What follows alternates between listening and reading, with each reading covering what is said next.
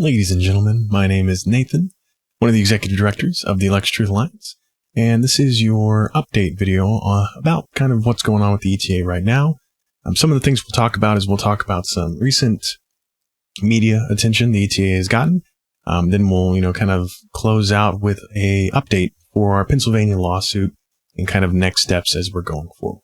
So, if you're not familiar, we recently put out a Michigan report looking at one of the largest counties in Michigan.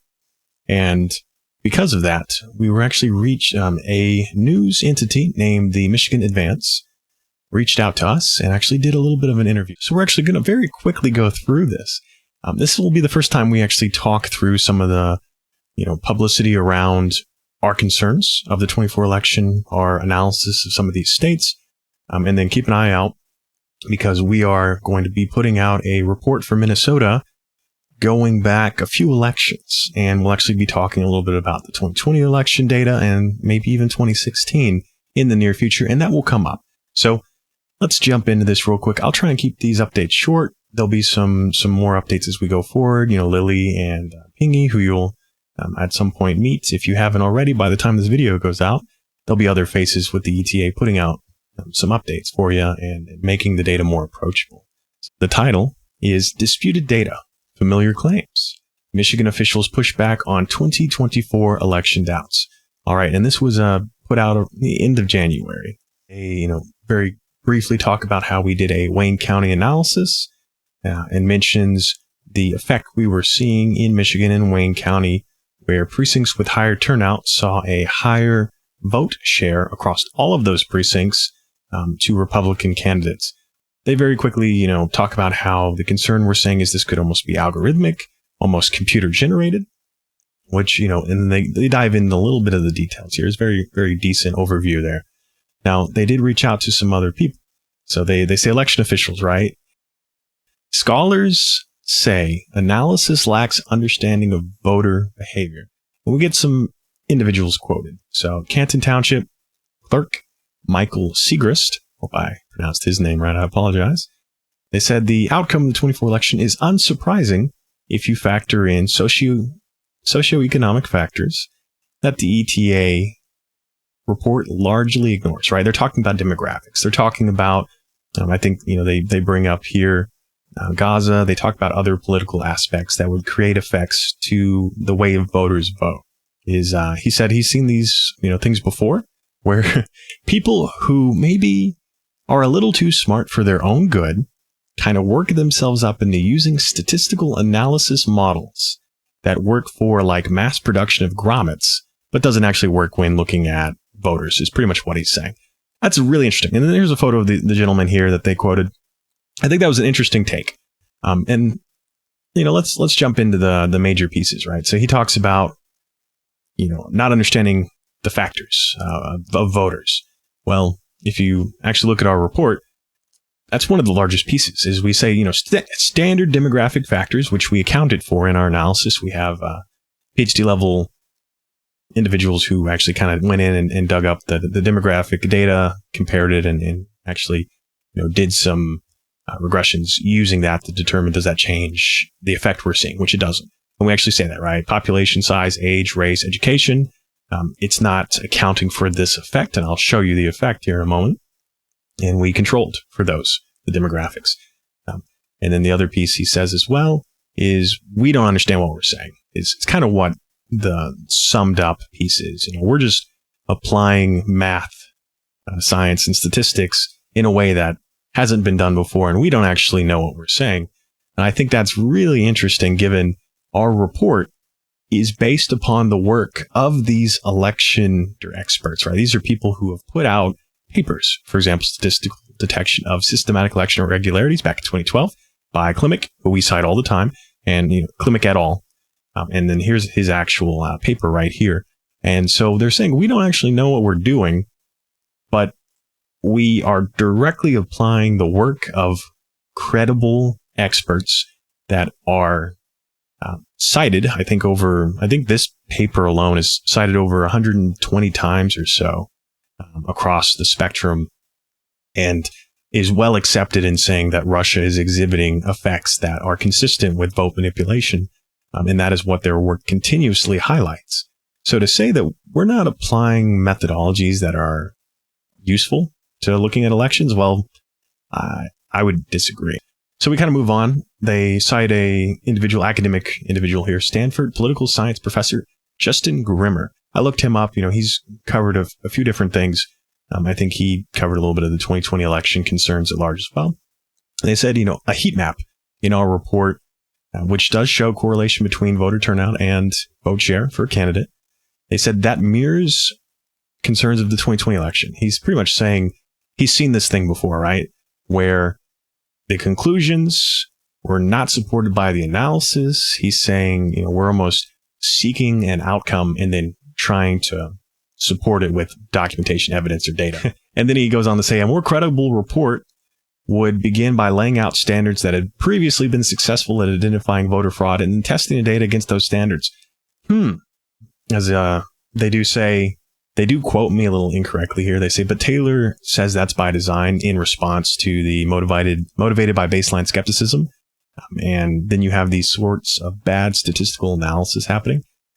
But that's by design. That's incorrect. Didn't say that. That quote doesn't really make sense whatsoever. But this part does. And I say this is not absolute proof. Right. And then I go on to say that we need investigations. We need to be looking at the paper trail. And then Grimmer goes on to say that the approach creates a foggy claim of vote manipulation or election manipulation. And then we don't go and ask the questions, which is incorrect. We specifically talk about target investigations. We say we could be doing, some precincts, some of the most anomalous precincts. We could go look at them. We could look at the original paper trail. We could get access to more voting data. And then they do talk a little bit about, the systems, the machines, air gaps. But overall, another quote from Grimmer is talking about it would be awesome if we could clearly articulate the kind of fraud that we think is happening and then pretty much sum up how we could detect this and test it. As I said, I don't know if this guy actually read our report or not, because that is actually in the article, as we mentioned before, where we're talking about a systematic, almost algorithmic manipulation of votes, which we have multiple times now talked about the vulnerability of our voting systems.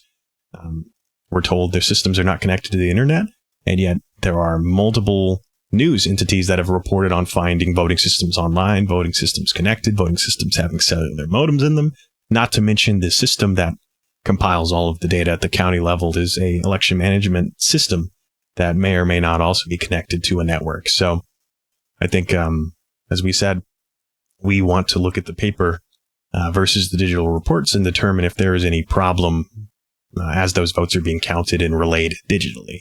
And then they do kind of end it out with talking about how officials across the U.S., by the way, but this is Michigan officials warn bipartisan election skepticism could erode democratic trust.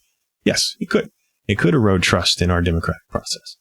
But we here at the ETA want people to vote. We want people to be engaged in our elections, and investigating problems should not be stopped because you're afraid finding problems could stop people from voting or not trusting the systems. That's silly. I think this head in the sand response is very poor. We get it all the time from election officials. Now, on that note, let's actually look at a very quick piece here, which is they talk about 2020. They talk about saying that our work looks just like 2020. Well, so we did a little bit of searching. I said, well, who else is using this methodology back in 2020 or earlier? And then, of course, we actually found a gentleman by the name of Jonathan Laro. I'm horrible with names, so I apologize. November 12th, 2020, right after the election. And so his analysis is the statistical detection of election irregularities, which is based on Klimek et al.'s paper, but for 2020. And what's interesting is I actually met with this individual recently. He runs, he's now the founder and one of the leadership of EPEC, Electoral Process Education Corp, nonprofit 501c3 out of Virginia. We actually met with him. We actually spoke and discussed some of the findings he had early 2020, and maybe even some ability to start looking at working together going forward. And reviewed his paper. And what's really interesting about his paper is he actually did a high-level analysis of Michigan. And this is the effect they found in Michigan in 2020. I believe this is all vote counts. By the way, as I said, we'll start looking at the earlier elections, 2020, 2016.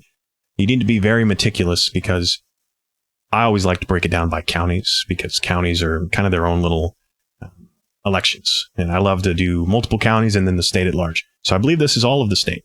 And yet the effect we're seeing here, if at a glance, is not really showing the same type of effect that is being highlighted as a distortion of votes like we see, in early Russia, like we're kind of potentially seeing here in Wayne County, but not in Detroit specifically. So I think that was interesting that they're saying they've seen this before. And here's an example of it before, but the effect is not the same. Go check them out. EPEC, they have a Substack. They have a website here. They are doing the same work we're doing. Actually, very similar analysis, if not the same. We're just growing from the 24 election where they started doing this far earlier, and they're more Virginia focused. So I'll kind of sum up and leave it at that, as I said. So the main pieces they had against us is one, we don't know what we're doing in terms of applying an analysis. We didn't look at the demographics. We didn't, truly understand how to apply these methods, and we don't know what we're asking for. And as a response, obviously, is yes, we applied some looks at the demographics. We are applying methods that are renowned for maybe detecting election manipulation, as in Russia. We're asking for pretty specific investigations and audits of the paper trail. And then, of course, we're not working for any political party. This is a independent, nonpartisan effort that every American should want to happen because it doesn't harm us by making sure. Now, let's wrap this up. So big things for you is, if you're familiar with our Pennsylvania lawsuit, filed again in the Western District of Pennsylvania, we recently were, the Secretary of State and I assume the county's motion to dismiss, right? They filed a motion to dismiss the court case. Main things is, most of the time when you do a motion to dismiss, you're saying, hey, they don't have standing, or, there's no real remedy to the lawsuit, right? The laws weren't broken, or if they were, it doesn't really apply, or they don't have the right, they weren't harmed. So we responded to that motion to dismiss recently. It was early in the month that, we pushed it to a little earlier this month to give us enough time to fully work through everything. So we actually responded to that motion to dismiss. Now we are awaiting a judge's, decision on, will the case move forward? Will they dismiss the case? But if this occurred, which was never investigated, needs to be investigated, and it's the job of the Secretary of State and the counties to investigate and make sure the elections are being run fairly and votes are being counted correctly, and there isn't a compromise of the election system. Well, if that is happening and it's not being investigated, it will happen again, and it needs to be stopped. So that is our lawsuit. And then, of course, we're asking for targeted investigations and audits and hand counts in some of the select places. We lay out, a very clear, here's the things we want. So we will see what the judge says, and then we'll go from there. And then finally, of course, I hate asking for money or donations or anything. I wish I could, never ask for donations again. But the work here at the ETA is funded by you guys. And we do need to maintain, all of the tools we're using. But we also have plans for building up and out for the midterms. So we will need more. We will need to continue to fund our legal efforts in Pennsylvania and other states as those grow. And, I think at this point we've spent over I believe up to maybe $60,000 or more in just legal costs so far for Pennsylvania and for some of the other states that we haven't fully filed for yet, just working with our legal teams. So if you are able to donate, go to electiontruthealliance.org. I believe right now we're having an issue with recurring donations on our PayPal. So for now, we may just be back to the normal, maybe $5 a month when you feel like it.